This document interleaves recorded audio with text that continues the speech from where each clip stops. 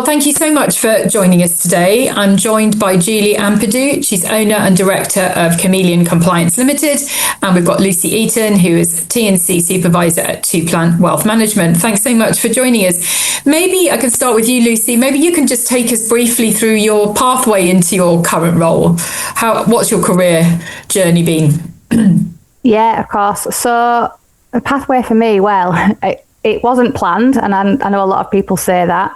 I completed my A-levels at secondary school, and actually had planned to go to university. I was going to do a degree in marketing, but I realised that the sort of last point of that really wasn't for me. It didn't seem to be the right fit for me and my circumstances.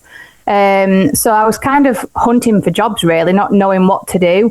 And an opportunity came up in a local mortgage and insurance brokers that was sort of in my village where I lived.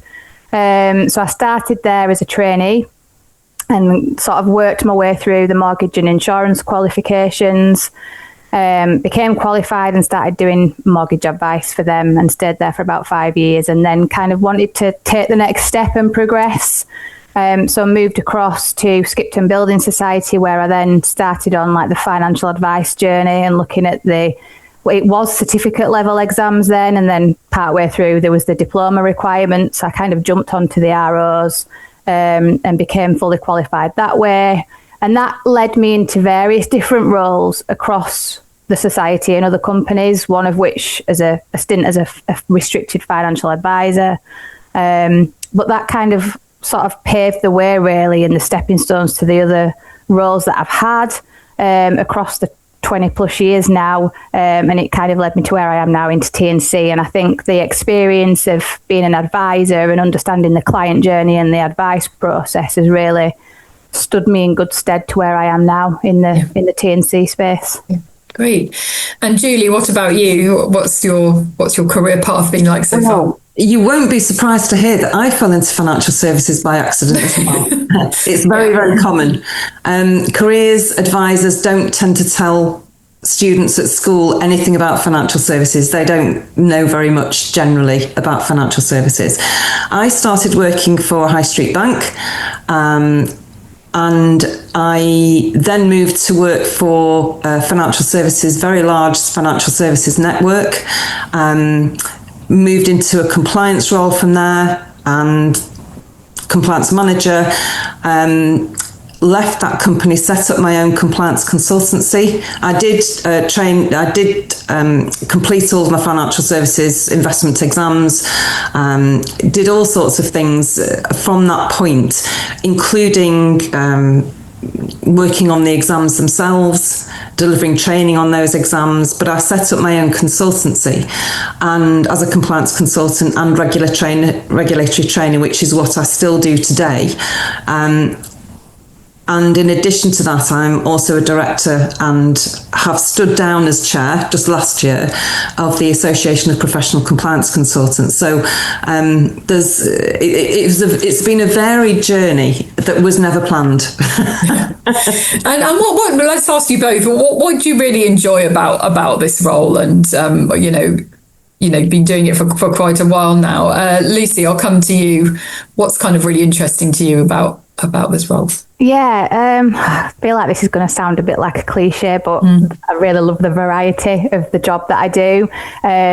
Again, no 2 days are ever the same. So I love the fact that, 1 minute I might be focusing on risk areas and risk ratings and looking at potential issues that we might have. And then another day, I'm in meetings with financial advisors. So there is a technical element to the role, but there's also that people aspect too, which is what I really love, the interaction side of it.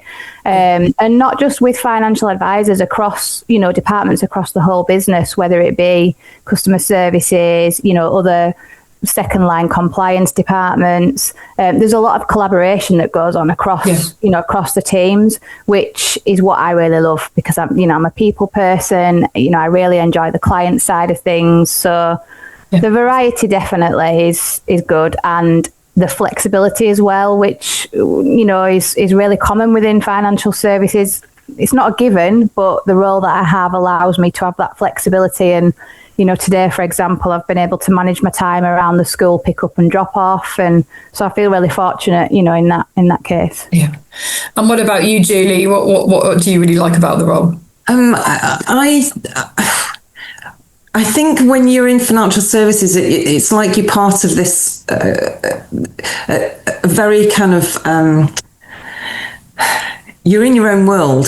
Financial services is its own space, and there is so much opportunity there to move into the kind of work that you want to do, whatever that is. It's not just a desk job. It's not just being with people, although people is a huge part of financial services and working financial services. But you can make the role whatever you want it to be at every firm you go to. There's a lot of flexibility there. I agree with Lucy in terms of being able to pick up. It's something you don't have to start doing when you're 18. You can start at any point in your adult life.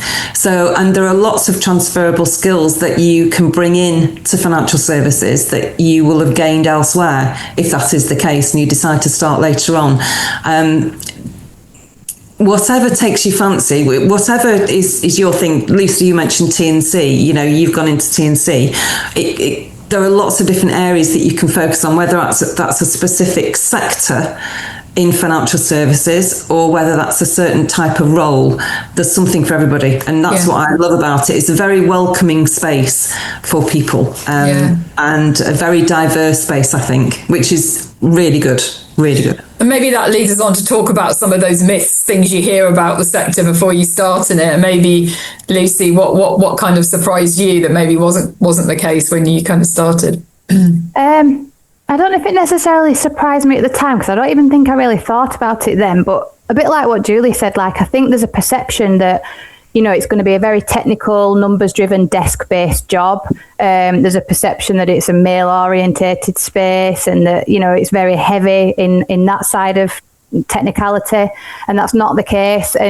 And actually, I asked my friends this same question in terms of what do you see as my job being and what I do? And they were like, oh, it must be really boring. I don't know how you do it every day. And again, I can understand where that perception comes from. And then that's what it's about, changing the perception and not the reality. Because I think reality-wise, when you're in that role, and you've got access, like Julie says, to the different types of roles that you can go into. There's so much variety there that actually the reality is very different to what it's perceived to be. And from my experience, I've worked for 20 plus years across really different roles, and every role I've been in has been slightly different, but has led to a different pathway and has been either a side step or an upward step onto a progression pathway.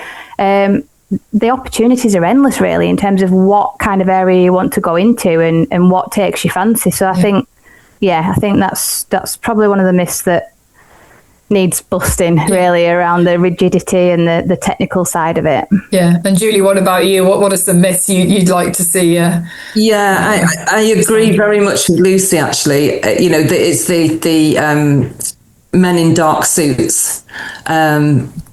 That's the typical view and vision that people have when they think about financial services. And it's not like that at all. There are lots of women in financial services as well.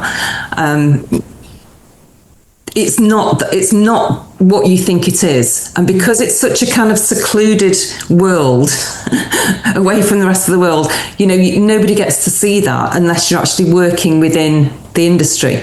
So I think it shouldn't deter anybody. It's really changed as well, I think, in the last few years since COVID, as have all businesses, I'm sure. The whole flexibility thing that Lucy mentioned, that's even more so for financial services now, I think, than it ever has been.